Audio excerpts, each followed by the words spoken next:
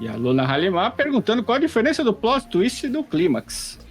Plot twist é uma virada no andar da história. A virada pode acontecer a qualquer momento. Pode acontecer também no clímax, tá? Mas ela pode acontecer a qualquer momento. Em geral, ela acontece para aumentar a tensão. Então você pode usar plot twists ou momentos de virada para ir aumentando a tensão. Digamos, agora, não, senhora, que eu estava dando exemplo. Então, é plot twist quando o Fernando descobre que a fulana com quem ele casou por dinheiro é a Aurélia. Isso é um plot twist, né?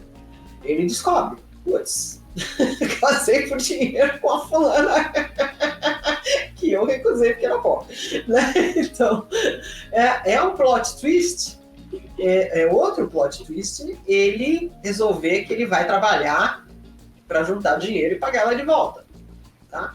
Então, é uma virada. Ele vinha de um jeito e aí ele resolve funcionar de outro jeito. Isso são viradas que vão contribuir para o clímax, mas não são necessariamente o clímax. O clímax pode conter uma virada? Pode. Pode sim. Que é o caso do que eu estava contando aqui, do boneco de neve. No clímax, o detetive descobre que o assassino é o namorado da ex. Então, é um plot twist e um clímax. As duas coisas ao mesmo tempo.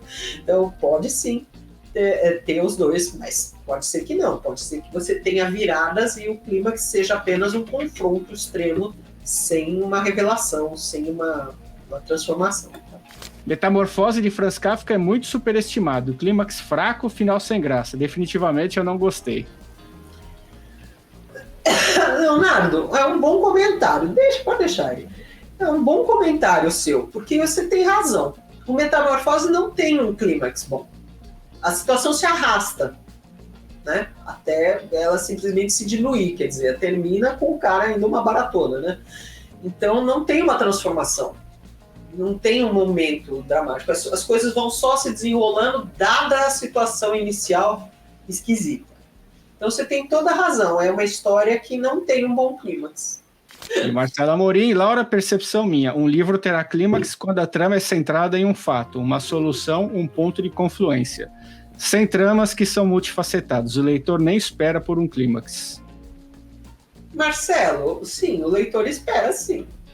Então, mesmo uma coisa extremamente psicológica, a gente espera que...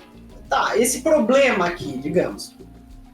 Estava falando aí de um problema de herança e tal, mas digamos que o protagonista tenha um problema, esteja procurando emprego, queira um trabalho significativo, esteja sentindo crise da meia-idade, algum tipo... Pronto, crise da meia-idade. O protagonista está em crise da meia-idade, não sabe o que fazer da vida... O trabalho não faz mais sentido, a família toda tá já dispersa, sei lá. Então, esse personagem, ele tá numa situação, e aí você vai desenvolver isso. Como é que ele faz, como é que ele não faz, o que ele sente, o que ele deixa de sentir. E assim, o leitor espera que haja algum tipo de resolução. Ou que ele aceite a idade dele, ou que ele faça alguma coisa estranha, como comprar uma Ferrari, ou que ele se envolva com uma pessoa mais jovem, ou mais velha, ou sei lá. Então, o leitor espera que haja, dada a situação, o leitor espera que haja alguma resolução. Mesmo que sejam vários personagens em crise, o leitor espera que haja algum tipo de desdobramento e resolução, mesmo que parcial. Pode até ser negativa, tá? O cara pode se matar, o cara pode não aceitar nunca que tá ficando mais velho, sei lá, pode ser uma resolução negativa. Mas, sim, o leitor espera, senão não tem curva de história. Você ficar lendo, é que nem eu estava comentando sobre a metamorfose, você ficar comentando sobre uma situação que não muda, não tem história. Tem razão. Falando em clímax, Laura, conta pra gente quais os serviços que você presta. Tá. Eu faço leitura crítica, cheia de olhares ferozes para o que a pessoa fez ou deixou de fazer. Dou minha opinião sincera como editora. Eu dou consultoria para quem está em dúvidas do que faz no mercado. E também dou mentoria para quem está escrevendo biografia ou não ficção. E você, Cid? Eu faço o livro, a produção do livro. Eu sou o cara que vai produzir o seu próximo livro. Então você aí que já escreveu o seu texto, Eu vou pegar o seu texto, eu vou fazer a capa, a diagramação, a revisão do texto, a impressão, o e-book, vou colocar nos marketplaces, vou colocar o e-book na Amazon, vou fazer a documentação. E é isso aí, vou fazer um monte de coisa, vou entregar o livro pronto na sua casa. Você me entrega o texto no Word, eu entrego ele impresso na sua casa e colocado lá na Amazon e o caramba 4. Então, para falar com a gente, falar comigo ou com a Laura, aqui embaixo, ó, tem passando aqui no gerador de caracteres, os nossos contatos. Tem nossos contatos em todas as descrições de nossos vídeos. Tem o site escrevasseulivro.com.br para você olhar, ver os serviços que a Laura presta, os serviços que eu presto. Tem o site sguerra.com.br, onde você vai ver meu portfólio e ver mais especificamente os serviços que eu presto. Um beijo na sua alma. Lomelo, 95. Quando um romance é contado sobre mais de um ponto de vista, fazer histórias confluírem num clímax? Sim. Então aí, ou você dá, se as histórias são paralelas, tal, ou você dá um clímax que junta as duas, ou pode ser um clímax para cada uma. Mas sim, é preciso que haja resolução nas linhas de história e que essas sejam resoluções com tensão. Então cuidado, hein? Não vai botar uma, se você tem duas linhas narrativas, você não vai botar uma com uma mega tensão, né? E a outra meio... aí ele foi lá e conversou e acabou. Não. Põe atenção e clímax nas duas. Sim. Olha, a Débora Mate está sendo aqui uma pessoa polêmica. Polêmica! A literatura que está fraca ou eu que sou uma leitora chata? Débora, é uma pergunta válida. Eu acho que a gente está num momento em que muito da nossa literatura está virando identitário. E ainda que algumas dessas histórias possam ser boas, algumas delas são justamente sem clímax. Sim, são problemáticas, você tem razão. Às vezes as questões iniciais são boas, são problemáticas, tensões sociais, tensões raciais, tensões financeiras, de classe, sei lá o quê, mas às vezes o desenvolvimento não leva a uma tensão interessante literária. Sim, está acontecendo isso. Então a gente está tendo alguns romances que são meio fraquinhos no quesito tensão, narrativa e clímax.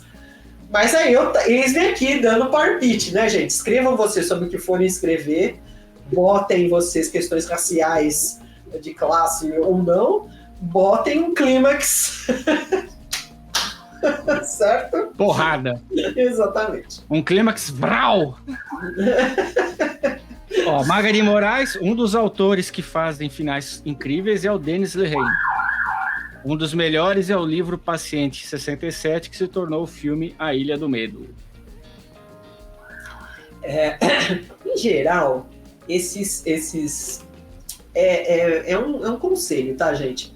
Leiam esses autores de suspense que fazem sucesso, especialmente os americanos, que eles são bons em criar a tensão e em fornecer clímax. Vale a pena dar uma olhada para aprender com esse pessoal. Histórias que viram... Ih, detesto spoiler, já dei várias. Sorry, Carla, aqui é um canal de escrita, é um canal de... né? Então a gente tem que falar para ensinar vocês como é que vocês vão trabalhar. Então a gente tem que dar spoiler para ensinar vocês como é que você... Por exemplo, né, por meio de exemplos, para vocês melhorarem essa história. Se você não quer spoiler... Aí você tem que ir naqueles canais de review, né? Aqueles canais que fica falando. Sim, só fala da historinha. Só fala da historinha, mostra a capa, fala, ai que lindo, recebi aqui nos meus recebi. Aqui não, aqui é porrada. Lamento. Mas então, observem como autores que fazem sucesso, em geral, histórias de suspense que fazem sucesso são boas em criar tensão. E são boas em ter um clímax. Pode às vezes não ter outras coisas, às vezes o personagem é meio mal desenvolvido, é meio superficial, algo assim.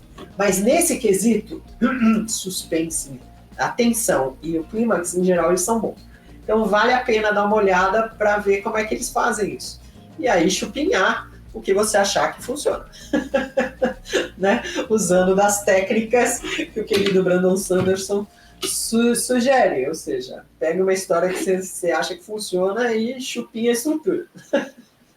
Olha, O Ademir tá falando aí, ó. Depois de lançar o clímax, é preciso continuar com a tensão, senão acaba matando a história. Não, Ademir. O clímax é o fim da tensão. Depois disso, a história acaba. Depois existe o que se chama resolução, ou seja, teve aquele confronto estratosférico, né? Achou quem é o criminoso, ou a mãe denunciou a filha, ou por isso, por aquilo, descobriram quem é que roubou a herança, sei lá. É revelado, aí acabou a história. Aí, e foram felizes para sempre, ou não, ou morreram, ou sei lá. Então, não tem. Depois do clímax, em geral, o que eu tô falando é que não tem mais nada. Em geral, é só você dar uma amarrada e termina a história. Olha lá, o Marcos Brito, e quando escrevemos uma história a partir de algo que já aconteceu? Como criar um clímax para leitores que já conhecem o final da fonte de inspiração? Pô, mas aí você tem um monte de livro baseado em reais, né? Em geral, você cria um clímax dando as razões para chegar naquilo. Isso cria uma tensão extrema. Eu me lembro de um de não ficção que foi muito bom nisso, que foi aquele Noir Rarefeito, que contou a subida do pessoal no Everest, de um grupo, aliás, de 2 grupos, e aí eles tiveram um tempo horrível e morreu um monte de gente. Montes. E a gente já sabe, começando a ler, a gente já sabe que é a história desse desastre, que morreram, nem sei quantos, 20, 15, sei lá, morreu um bando de gente de uma vez lá no alto do Everest. A gente já sabe. Então, a gente já sabe. O clímax será a morte dessa gente toda, mas a gente não sabe exatamente como. E a gente não sabe não só o como, mas as decisões que levaram a esse desastre. E é isso que torna a história interessante. Então, o clímax são as decisões que levam depois à morte que é descrita. Né? As pessoas se perderam na neve, morrendo congeladas a simplesmente 20 metros da tenda, porque ele consegue achar. O fulano que fica lá no alto e se despede da mulher por rádio, porque ele não consegue descer, então ele sabe que vai morrer. Quer dizer, então tem vários detalhes horrorosos que ficam marcados e você impressiona pelos detalhes daquela tragédia. Então você pode pegar uma tragédia e realmente desdobrá-la. Como foram os detalhes difíceis e o que levou a isso? Quais foram as más decisões que levaram a essa tragédia? Isso pode ser muito interessante. Olá, professor Luiz Araújo. No meu livro, inicio com um prólogo que apresenta uma tentativa de assassinato. Ao longo da história, mesclo o passado com o presente, apresentando dicas, mas apenas no final conto quem é o assassino. Tá bom. Mas haverá um assassinato em algum momento, né? Se é uma tentativa de assassinato, em algum momento há um assassinato. Então tá bom. Isso é um clássico do crime, né? O clássico do crime é você não revelar quem é o criminoso até o final. Assim.